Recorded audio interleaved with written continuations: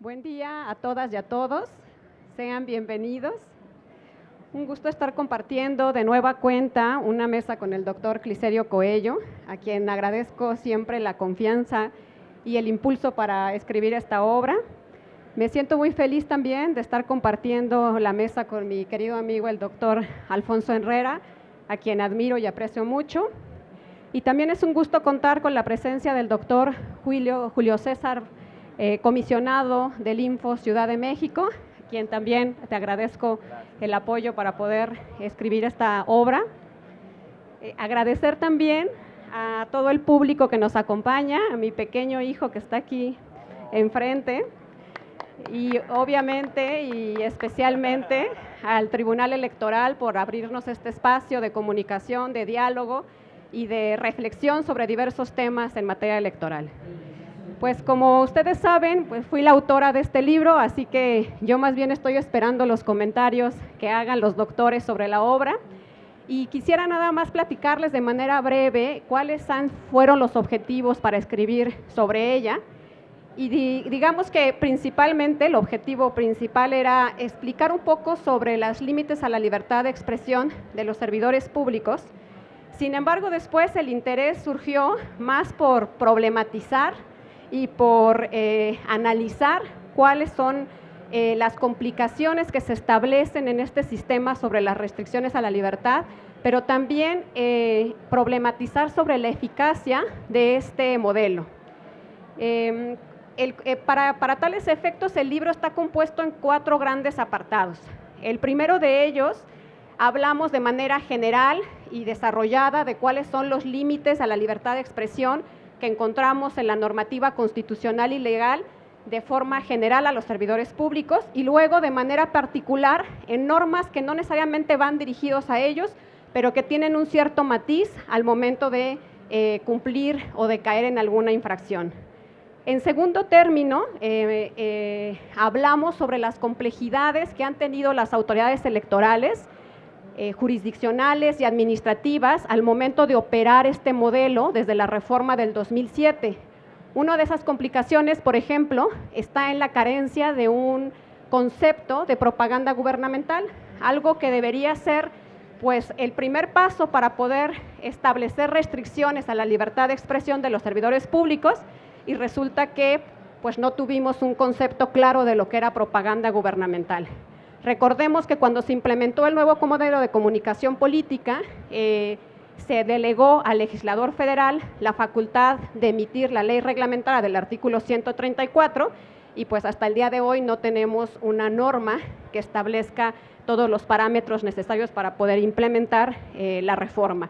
Sin embargo, gracias a la actividad del Tribunal Electoral y de las autoridades electorales, pues se ha ido emitiendo a través de interpretaciones y a golpe de sentencia, como decimos siempre, ciertos parámetros, como es, por ejemplo, el concepto de propaganda gubernamental y cómo se diferencia este concepto de otro tipo de expresiones que realizan los servidores públicos, ya sea de manera individual o como parte de la comunicación que tiene con la ciudadanía. Esto con el único propósito pues de no llevar a una desproporcionalidad en la restricción que existe hacia este grupo en particular. También resaltamos cómo es que el contar con una norma imperfecta, es decir, una norma que se incorporó al sistema jurídico electoral sin la posibilidad de que las autoridades electorales pudieran sancionar de manera directa a los servidores públicos, pues ha sido justo uno de los problemas importantes que han provocado la ineficacia en algunos casos de las restricciones en esta materia.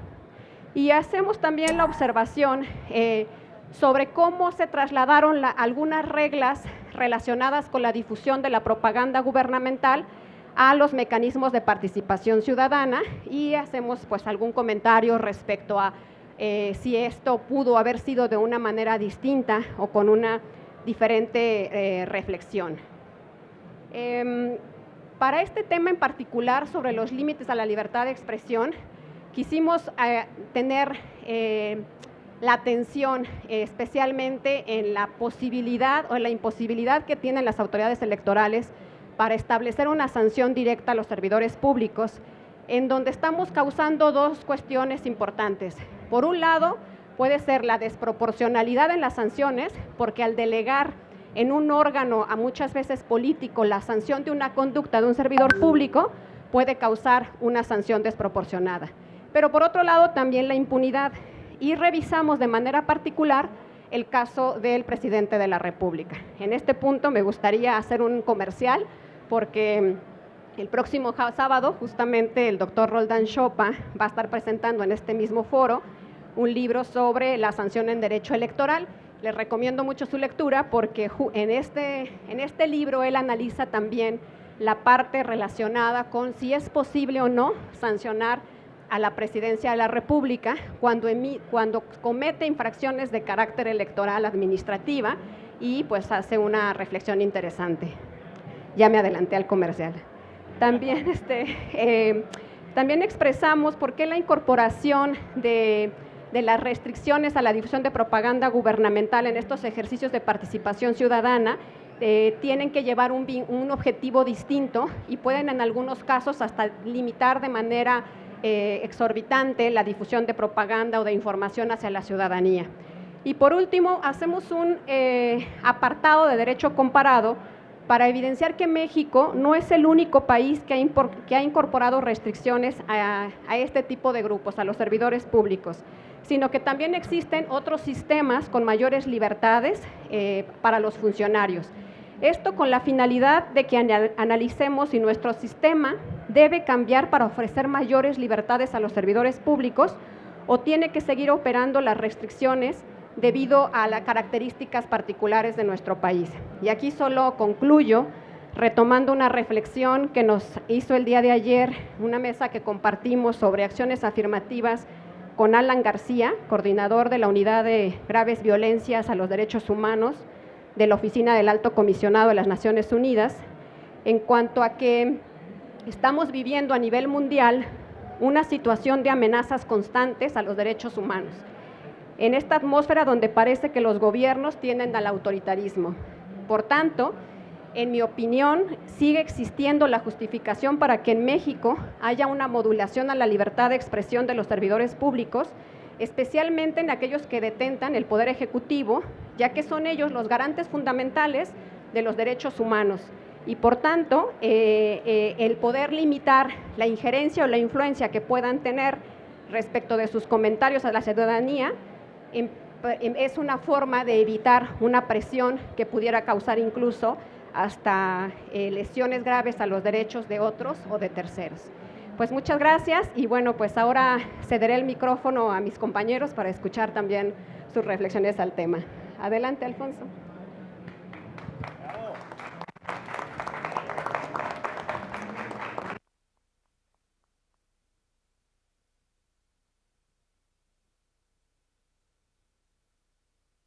Muchas gracias. ¿Por ahí se escucha? Ahí está. Muchas gracias. Pues un gusto y un honor estar en esta oportunidad, en esta mesa, acompañando la presentación en un marco tan extraordinario como es esta Feria Internacional del Libro de Guadalajara. Especial cariño tengo por estar aquí, por acompañar a la autora, a Nadia Choreño Rodríguez, que ha escrito, me parece, un libro fantástico en relación, y no exagero, ¿no? Porque la lectura me ha suscitado precisamente esa evocación. He disfrutado muchísimo de la lectura de un tema complicado, pero que está redactado, me parece a mí, de una forma que ha podido ella traducir con palabras llanas, asequibles, muy propias, digamos, de una lectura que no se requiere incluso que tengamos que tener algún conocimiento muy técnico sobre el tema de derecho electoral o el tema del derecho de la administración pública, ¿no? Como es este tema de los servidores públicos. Y desde luego en este contexto acompañando con Julio Bonilla, un honor, y también con Clicerio Cuello, que para nosotros ha significado pues un maestro y una guía en estos temas que tienen que ver con la libertad de expresión en materia política. Y lo primero que querría hacer en estos minutos es comentar cómo empecé a entablar esta conversación con la autora de estos temas, ¿no? Y creo que el primer tema que traté con ella por primera vez, y el responsable de habernos unido en esa conversación fue Cliserio, porque él nos invita precisamente a estar en un equipo conjunto laborando en la sala especializada, justamente en tiempos de su fundación. Y la primera vocación que quería hacer es justamente la gran importancia que ha tenido la sala especializada del Tribunal Electoral del Poder Judicial de la Federación para hablar en México de la libertad de expresión en materia política. Creo que no hay duda en que a partir del trabajo que ha realizado la sala especializada desde el 2014, el tema de libertad de expresión en materia política se ha hecho mucho más técnico, pero también mucho más parte de la cultura jurídica y de la cultura electoral y de la cultura política, por lo tanto de la cultura ciudadana, en torno a cómo comprender nuestra libertad de expresión y cómo entender también el tema que trata el libro, las restricciones, los límites que debemos considerar a la hora de hablar de la libertad de expresión en materia político-electoral. La sala me parece que ha tenido un desarrollo jurisprudencial sin parangón en esta materia en México. Es decir, ningún otro tribunal en nuestro país, ya sea por las competencias, por las funciones especializadas, por lo que fuere, pero la sala especializada ha apuntalado criterios que han permitido entender el derecho sancionador en materia electoral, la conducta ilícita en materia de libertad de expresión a partir de la idea de los derechos humanos, como lo comentaba Nadia justo hace un momento. Y esto lo debemos a criterios que, claro, fueron llegando a la sala especializada desde su fundación en 2014, que venía trabajando desde luego las autoridades administrativas antes, que eran las competentes para sancionar a partidos, aspirantes, a candidatos en materia político-electoral, pero la sala consigue, me parece, afianzar estos criterios que ahora tenemos vigentes y que nos permiten hablar justamente de estos temas. Por lo tanto, no puedo tener otra conclusión respecto a la reforma que ha planteado su extinción ahora con motivo de la reforma judicial, pues con un pesar importante, porque precisamente lo que va a permitir, lo que va a conducir justamente la extinción de la sala, pues es precisamente no contar con esa continuidad en el desarrollo de estos criterios que ha venido desarrollando, insisto, a lo largo de la historia. Respecto del libro, bueno, empecé a comentar que el primer tema que traté con Nadia fue, me parece, antes de hablar de la familia, de las personas, de lo que trabajábamos o a qué nos dedicábamos, fue este tema, me parece. Y me da mucho gusto que ahora, presentando el libro, pues tengamos la oportunidad de revivir precisamente esas primeras intercambios que yo tuve con ella en torno a estos temas, y creo que me voy a repetir probablemente en lo que comentamos en su momento en nuestra oficina, comentando los debates sobre los proyectos de sentencia. Y que es que en lo personal considero que la libertad de expresión tiene un régimen constitucional que en la Constitución debe estar y debería haberse considerado, ¿no? A pesar, insisto, de los desarrollos que hemos tenido en la jurisprudencia, pero de manera separada a las obligaciones de los servidores públicos. Esto es, hay un marco jurídico constitucional que nos establece que los servidores públicos no pueden promocionarse personalizadamente, que no pueden establecer sus nombres, sus imágenes, etcétera, en fin, en relación con un quiebre a la neutralidad, ¿no? Por lo tanto, pensar en libertad de expresión de los servidores públicos nos permite probablemente pensar en que pueden decir lo que sea, ¿no? Pueden manifestar lo que consideran conveniente personalmente, y por lo tanto que lo pueden hacer en cualquier situación jurídica posible, desde luego siguiendo las pautas de lo que implica la propaganda gubernamental, ¿no? Pero en mi caso yo sí considero que se ha confundido el tema en los últimos años como para pensar que la persona que ejerce el poder puede decirnos, puede empezar a establecer pautas de opinión respecto de otros sectores sociales, o respecto de personas en lo individual, respecto de partidos, respecto de candidatos, y ahí es donde yo creo que ha habido problemáticas muy importantes en México en torno a este tema. Por lo tanto, esta disyuntiva de mantenernos con este sistema o mantenernos en un sistema más abierto, en donde permitamos que el servidor público, en efecto, ya pueda tener una libertad de expresión más amplia, creo que estamos en un punto en nuestro país en pensar, y quizá aquí voy a poner en cuestión o a debatir otra vez con la autora en torno a este tema, es en pensar en mejor quitar muchas restricciones en el sistema jurídico en una como una forma de repensar el modelo de comunicación política en México. Y sobre todo no es tanto como para quitar la posibilidad de sancionar a los servidores públicos. No me refiero tanto a eso, sino porque ha habido un aspecto muy negativo, y que es que el conjunto de sanciones, el conjunto de límites que le ponemos al presidente de la República, al gobernador del estado, a los congresistas, a los diputados, a los senadores, en lo que quieren expresar, y que inevitablemente va a tratar de abonar justamente a su posición política, a su partido, a su plataforma, pues para lo que ha servido en los momentos en los que vivimos unos populismos muy fuertes, sobre todo en nuestro país, es que los gobernantes se encuentren sistemáticamente sintiendo el acoso de las instituciones, ¿no? Sintiendo que van a ser sancionados, y por lo tanto usan ese elemento para hablar del tema, pero digamos inclinando la balanza hacia que el control, hacia la idea de que la voluntad popular puede estar siendo amenazada por la sanción. Por lo tanto, creo que desde ese punto de vista, creo que una manera de pensar en este tema, y que el libro nos da todos los elementos, absolutamente todos precisamente, para entender este tema, me parece que su lectura nos permite reflexionar sobre eso. ¿Qué modelo de comunicación político-electoral necesitamos hacia el futuro, ¿no? ¿Qué incentivos le debemos dar a quien ejerce el poder frente a las sanciones? Es decir, debemos pensar entonces en simplemente no seguir considerando que el derecho tiene que domar a la política, sino más bien liberarla, que exista una mayor transparencia en la expresión, que sea el electorado el que pueda definir si alguna persona está diciendo o no la verdad. Por lo tanto, yo quisiera concluir diciendo que una propuesta en el modelo de comunicación que sí se requiere es que las autoridades sí establezcan estándares de veracidad de lo que el servidor público tiene que decir.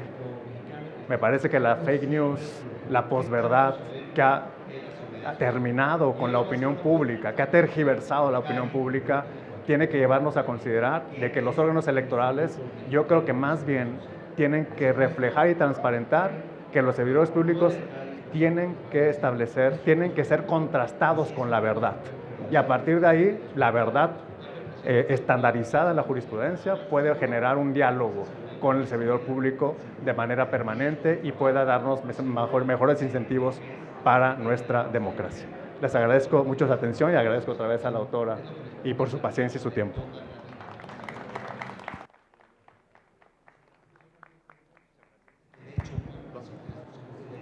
Yo creo que muy buenas tardes. Siempre es un verdadero gusto participar en una presentación del libro en este contexto de la Feria Internacional del Libro de Guadalajara, en este stand espléndido de nuestro querido Tribunal Electoral, con la coordinación del doctor Agustín Millán, de su equipo de trabajo, que hacen de esta semana una semana espléndida en la que aquí, en este espacio, se pueden analizar muchos temas con total libertad y sobre todo difundir el fondo editorial del Tribunal Electoral. Así que muchas gracias por esta generosa posibilidad de presentar este libro de Nadia Choreño en este contexto.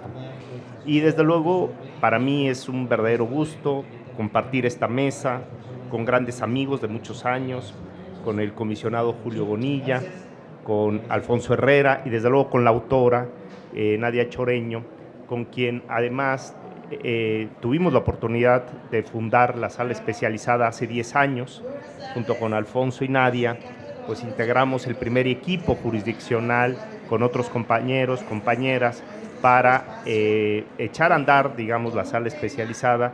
Y este tema, justamente como bien lo decía Nadia y Alfonso, pues fueron los primeros aspectos que discutíamos en el nuevo modelo de comunicación política del 2007 y que tuvo una transformación con la reforma constitucional y legal de 2014. Lo que sí me tiene sorprendido es la memoria de Alfonso Herrera. Hay que tener cuidado cuando se platica con él porque acaba de recordar con toda precisión una discusión de hace 10 años con Nadia Choreño, ¿no? De tal manera que Bueno, no es para menos, porque Alfonso es un teórico, un constitucionalista que conoce todos los ámbitos del derecho constitucional y siempre ha aportado muchísimo a la jurisdicción desde esa perspectiva. Y yo creo que si alguien tenía que escribir un libro sobre la libertad de expresión de los servidores públicos, tenía que ser Nadia Choreño, porque Nadia tiene una amplia experiencia en el ámbito electoral, tiene una gran experiencia en el régimen sancionador electoral, desde el Instituto Nacional Electoral muchos años y luego en la sala especializada, y también lleva ya muchos años dedicándose al litigio de estos temas, precisamente en donde los servidores públicos, cuando aspiran a un cargo de representación popular, pues son sujetos de procedimientos administrativos sancionadores para establecer hasta dónde podían expresar o pronunciarse sobre algunos temas del interés general o sobre sus propias aspiraciones.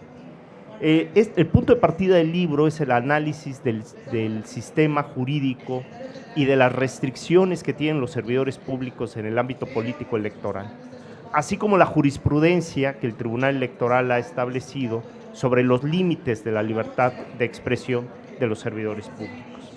A mí me gustaría hoy hacer una reflexión sobre cuál es el papel de la representación política en el modelo democrático. Fíjense que hoy hay un desencanto por el modelo en muchos países de la región.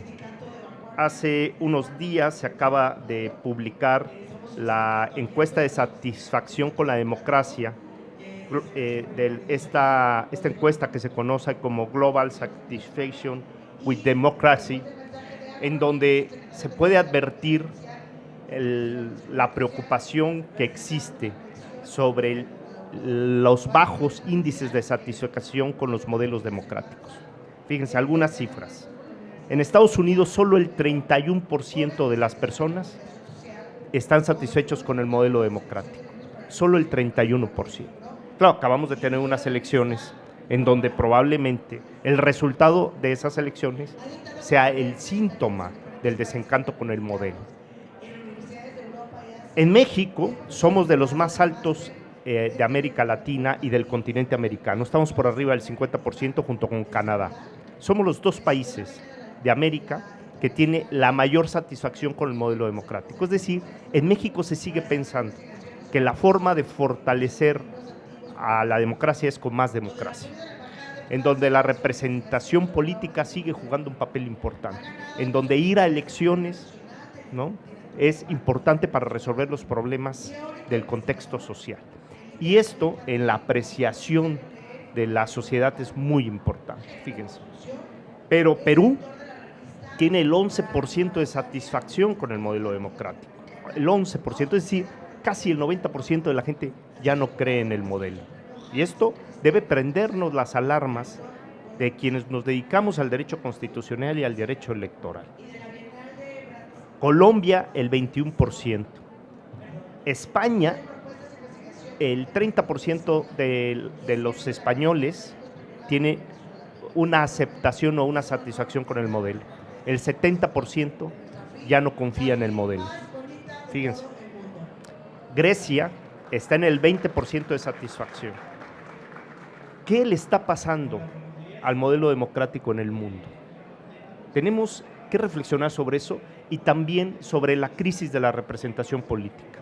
Salvo honrosas excepciones, en donde un representante popular tiene el 70% de aceptación, en la gran mayoría de los ámbitos, en el ámbito local, en el ámbito de las gubernaturas, en el ámbito de los ayuntamientos, hay una falta de credibilidad y de confianza en la representación política.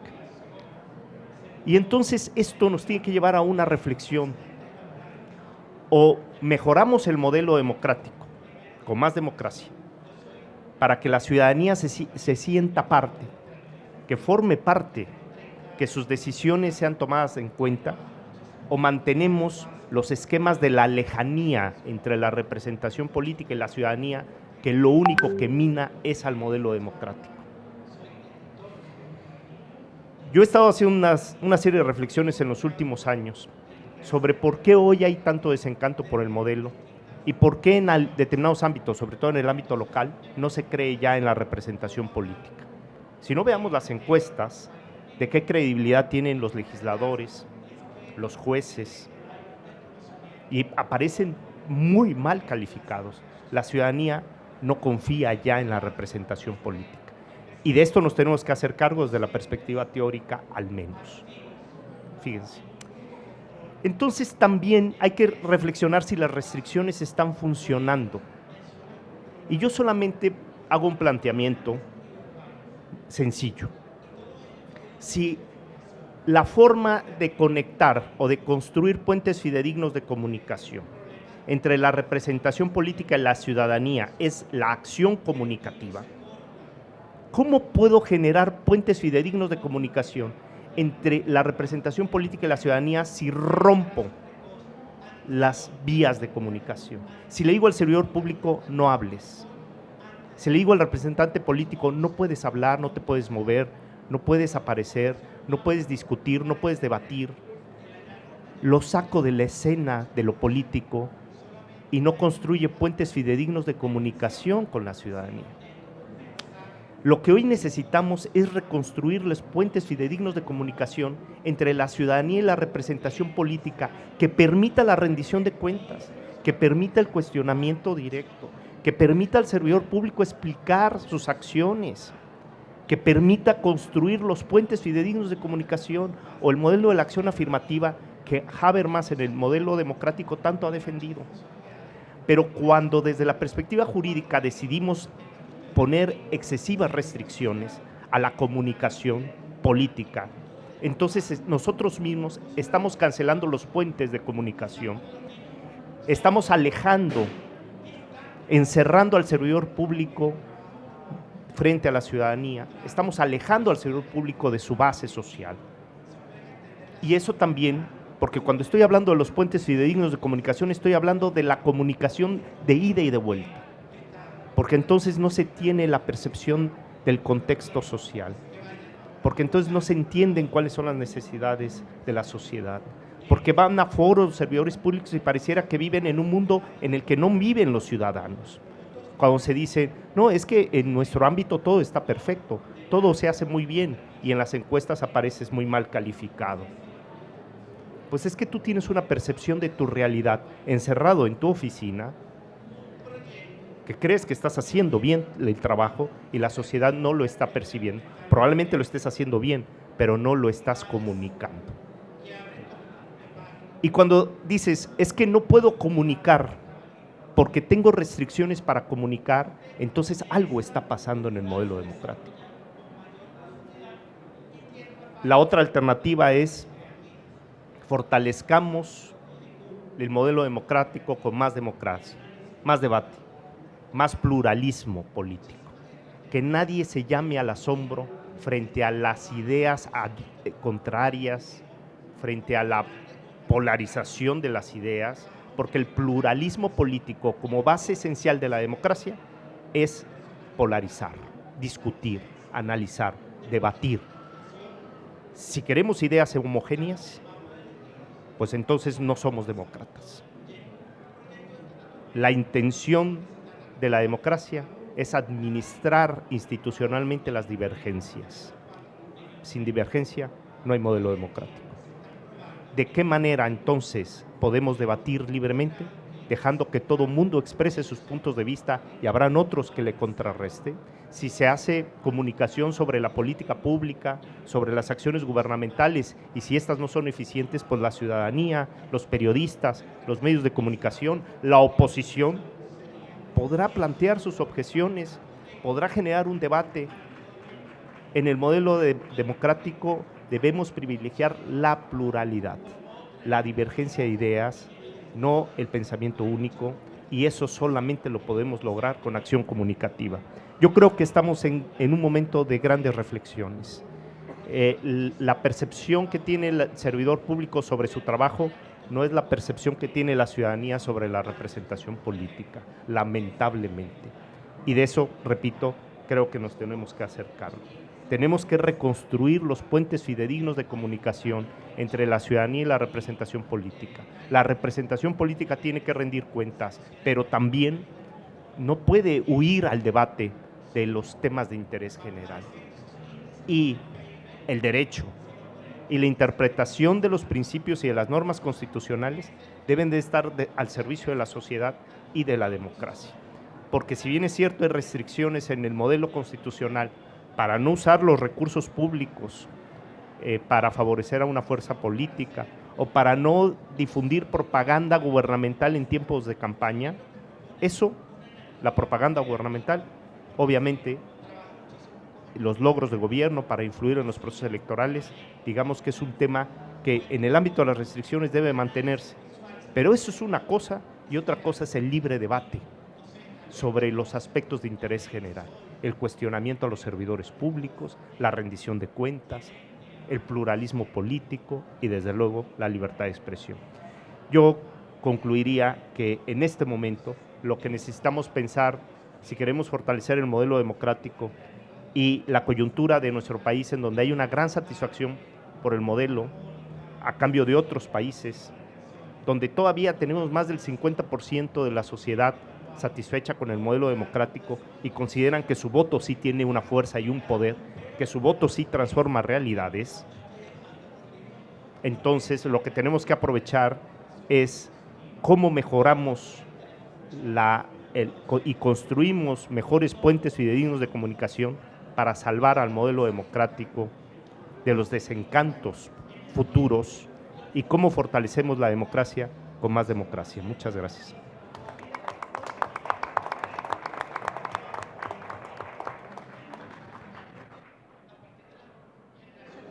Muchas gracias, querida amiga. Para mí es un verdadero honor estar esta tarde ya con ustedes en la FIL Guadalajara, además en un stand maravilloso del Tribunal Electoral del Poder Judicial de la Federación.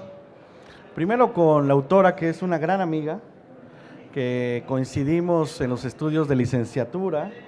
Ya no voy a decir cuándo porque son datos personales, pero ya fue un tiempo. Con Nadia Choreño, con quien me une justamente una amistad ya de mucha data, pero además de un compromiso muy serio con nuestra democracia y con los valores de la República.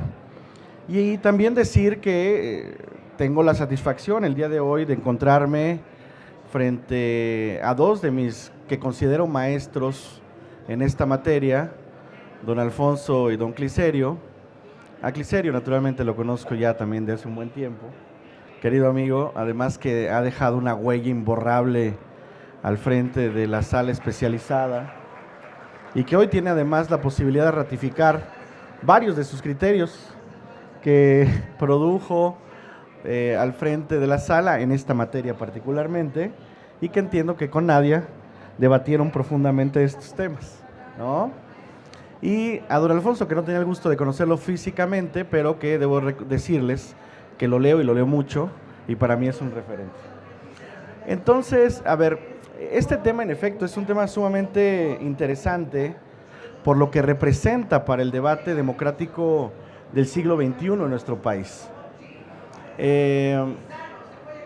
Y además por todas las variables que implica nuestra democracia, particularmente en los últimos sexenios, diría yo, y de cómo se construyó este modelo de comunicación política para la República en procesos electorales, en donde nosotras y nosotros hemos sido testigos de muy diversas circunstancias que en procesos electorales colocaron a debate justamente el tema de la libertad de expresión en nuestro país de los servidores públicos. Y hay que reconocerlo, como se señalaba aquí, el Tribunal Electoral Poder Judicial de la Federación se convirtió en un auténtico faro, guía interpretativo de nuestra Constitución en esta materia cuando no existía una normativa al respecto. Y que al golpe de sentencia y de criterios jurisprudenciales fue desarrollando principios, valores, reglas, contenidos constitucionales que permitieron el desarrollo expansivo de la libertad de expresión en materia político-electoral. Pasamos a ver, no me quiero ir tan atrás en la historia, pero bueno, 2006, ¿no? Esta elección tan dramática para el país que confrontó o polarizó a la nación, ¿no? Donde justamente es el origen del nuevo modelo de comunicación política propuesto posteriormente. Y pasamos del de Cállate Chachalaca hasta el peligro por México, ¿no? Hasta las mañaneras en 2018. Y yo coincido perfectamente con Cliserio, ¿eh? Estamos viviendo tiempos de transformación y cambio irrebatibles. Tenemos 2 procesos electorales donde el Ejecutivo Federal ha logrado mayorías impresionantes a nivel histórico en la República. Andrés Manuel López Obrador ganó con 30 millones de votos. La doctora Claudia Sheinbaum Pardo ganó con 35 millones de votos. Y más allá de las variables dogmáticas, técnicas, jurídicas, esos son golpes de realidad para el país. Y si no hacemos una lectura real sobre lo que significa el mandato popular, entonces estamos equivocados. Porque todas y todos estudiamos que la democracia es el poder del pueblo, ¿no?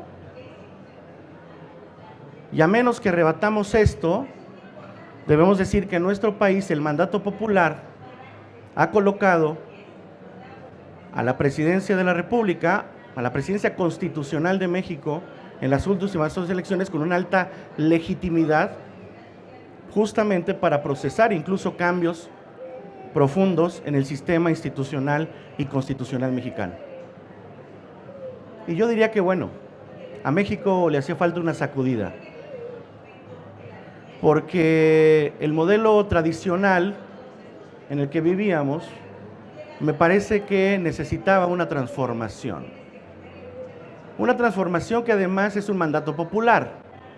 Si pensamos que a través de la comunicación político-electoral, política primera y después político-electoral de las mañaneras, bueno, me parece que para nadie de nosotros es ajeno que este modelo conectó muy bien con la sociedad mexicana.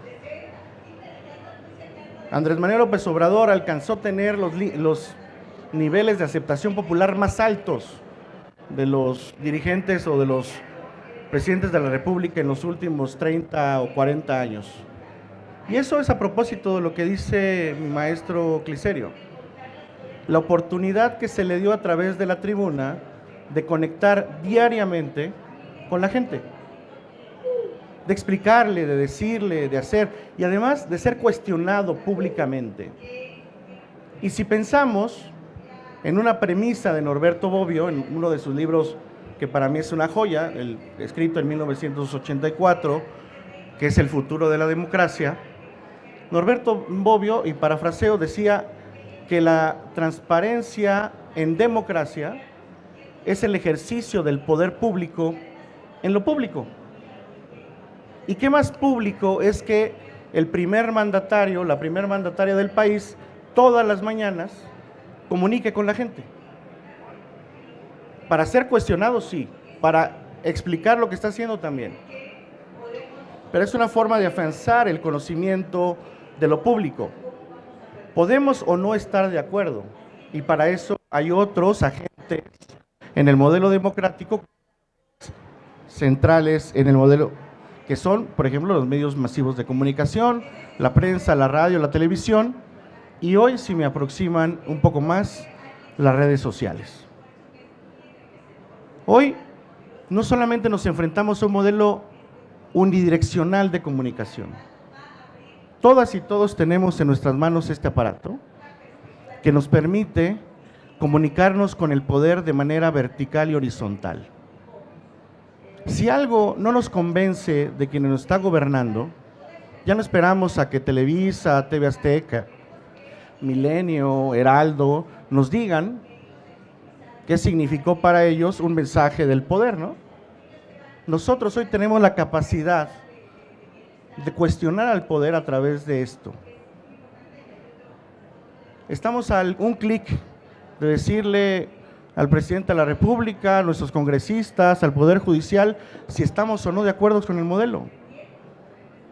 Y me parece que es el siguiente paso, Nadia, que además debo reconocer que este libro nos permite tener una aproximación muy seria en la vía técnica, jurisprudencial, analítica, dogmática, sobre lo que hay en función de los límites a la libertad de expresión de los servidores públicos. Pero hoy, justamente, estamos viviendo tiempos de cambio y de transformación. Las instituciones en el país van a cambiar, o ya cambiaron. El Ejecutivo no es lo que era hace 20 años.